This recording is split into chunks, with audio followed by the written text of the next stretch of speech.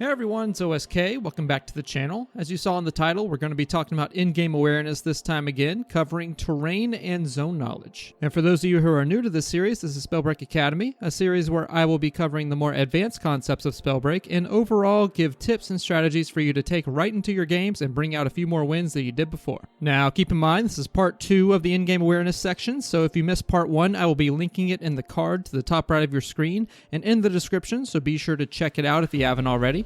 Now with that out of the way, let's get right into this. Alright, so the first concept we'll be covering in this video is terrain. Terrain will essentially cover the types of environments, obstacles, and structures you will find in the HoloLands itself. It is important to know the terrain you'll be running into, as knowing how a building is laid out or if an area is going to be mostly flat or varied in its verticality is important to keep in mind, as different tools are strong in different areas. This will also help you in the middle of your fights, as you will subconsciously have a mental layout of the world in the back of your mind with enough time actively playing the game. To break down this concept, we'll be analyzing it in 3 parts: sources of cover, structure knowledge, and location of resources. Following our list, we'll start with sources of cover, and this is the most important thing to know when you are looking to reset a fight.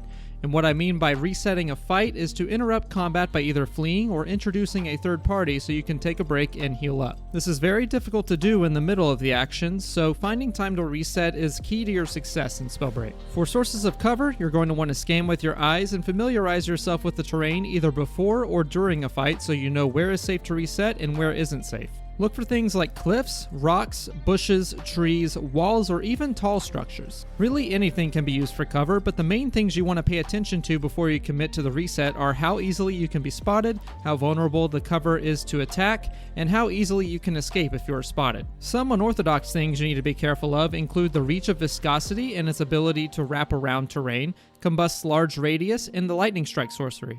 All of these attacks can bypass cover to an extent, so it's equally important to take note of what class your opponent is running so you can make an informed decision about whether or not to use a certain piece of cover. While we're at it, it's also important to know how to flow into a piece of cover quickly for your best chance of drinking a potion while still effectively kiting an enemy. I like to call this technique drop potting, and it's something that every Spellbreak player should be familiar with.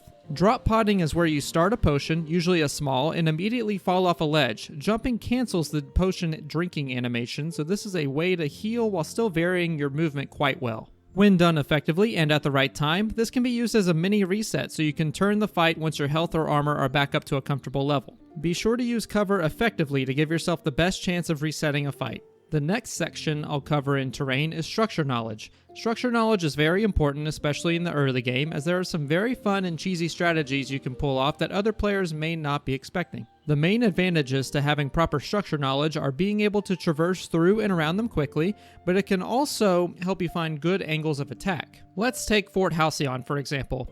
In Fort Halcyon, you have these large statues you can land on, 4 towers, a large and tall central wing, and a courtyard in the middle with 2 epic chests. Each of the 4 towers has a lower entrance with many windows and entryways, and the large central ring is in disrepair with many openings. The courtyard opens up to the village outside of the fort, and behind the fort is a large open area surrounded by an outer wall. The fort itself allows for many different approaches to attack your enemies, and if you do it right, it's almost guaranteed they won't see you coming. For angles of attack, the fort has plenty of windows as we mentioned, and plenty of verticality. The central courtyard itself might as well be considered a death pit, as it is surrounded by all sides by a higher platform and houses some very desirable loot that will draw the attention of most players in the area. There is another general tip I'd like to put here for dropping on a chest when there is someone next to you, and it's actually amazing how often this works. If the chest you're dropping on has a higher platform right above it, like a floor or even a railing, you can land on top of it and immediately begin firing down on your opponent for free damage. By doing this, you get out of the landing animation first and are able to land a few shots with no retaliation. It's actually an overpowered strategy. But for truly learning the ins and outs of the building structure, it's honestly like learning a new map in a multiplayer FPS, and it's going to take some time and repetition. The best thing to do would be to drop in each area a few times in a row until you feel comfortable with moving around in it. By doing this, you'll learn which areas are reachable without using a rune, and which ones you'll absolutely need to use a rune to reach, and this alone is enough to turn a fight in some circumstances. On that note, a good rule of thumb I usually follow is a full levitate not empowered by dexterity is usually enough to reach a height equal to a tier Tier 2 building structure. So be sure to drop a few times in all the areas of the map and familiarize yourself with each building structure. The last part I'll cover in the terrain section is the location of resources. This one is mostly found out by experience, but it's good to familiarize yourself with the common places you'll find chests and potions that aren't just a part of a larger area. Epic chests are especially important, as opening one is a guaranteed talent scroll and an epic piece of loot.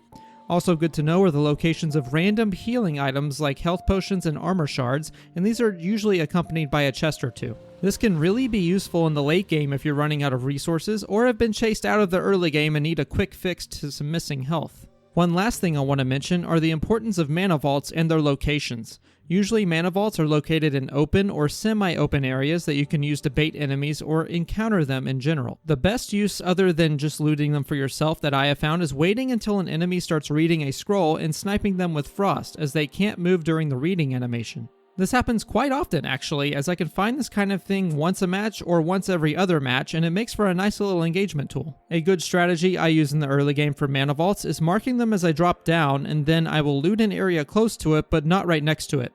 This allows for everyone to start fighting each other while you get looted up and drop in for a third party.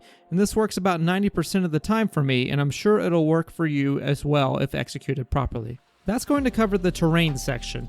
This one is mostly learned through experience, but I hope I was able to provide you with some useful tips that will help you along in your learning process.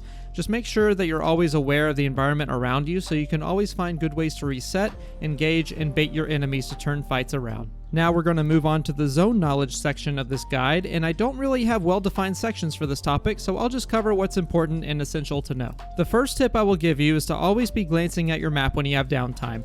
The biggest mistake I and others make is usually in the early game when the first zone drops. And if I'm not paying attention to my map and a lot of time has passed, I have such a habit of trying to use Firefly as a pyromancer or Vanishing Mists as a toxicologist, damaging myself unnecessarily. If I had looked to the top right of my screen at the minimap, or even just pressed tab to look at my skill progression, I would have known that I don't have level 2 yet, and I wouldn't have just tried to run through a literal wall of fire. Building off of this, it's important to know early on how far away the second zone is so you can plan accordingly while still looting off the drop. It's always good when you first hear the rumble of this first zone to press your map button and just take a quick peek. If you're not in the first zone but it's not far away at all, sometimes I like to head into the first zone to proc my level increase and then go back to where all the loot is. This can be applied really to all the zones, but the first zone is the most applicable. It's also good to know how much damage each zone does whenever you're caught outside of it. Generally, the first 4 zones are pretty manageable.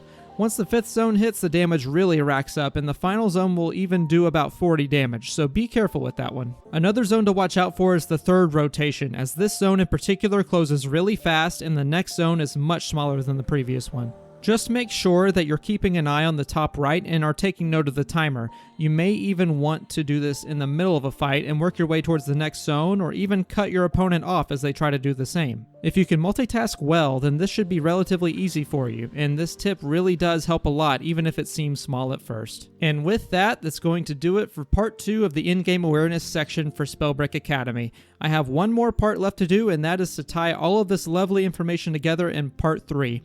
I'll try and see if I can get it out soon for you guys.